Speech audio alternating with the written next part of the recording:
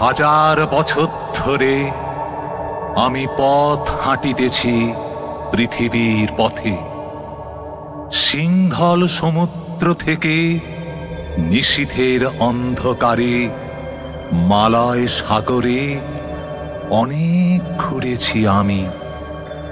বিম্বিসার অশোকের ধূসর জগতে সেখানে ছিলাম আমি।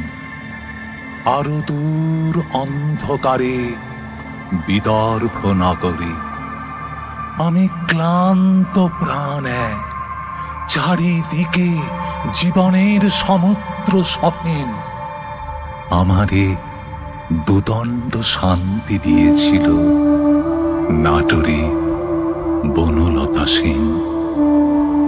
চুল তার কবেকার অন্ধকার বিদিশার নিশা, মুক্তার শ্রাবস্তির কারুকার্য।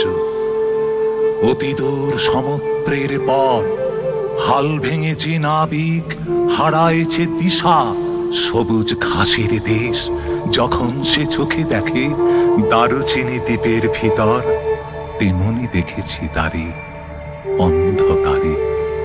বলেছে সে, এতদিন কোথায় ছিলেন? পাখির নীড়ের মতো চোখ তুলে নাটোরে বনলতা সেন।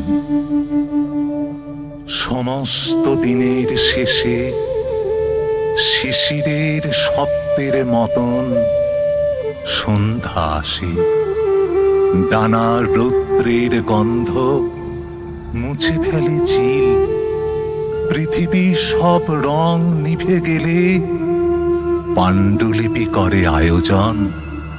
তখন গল্পের তরে জোনাকির রঙে ঝিলমিল সব পাখি ঘরে আসে।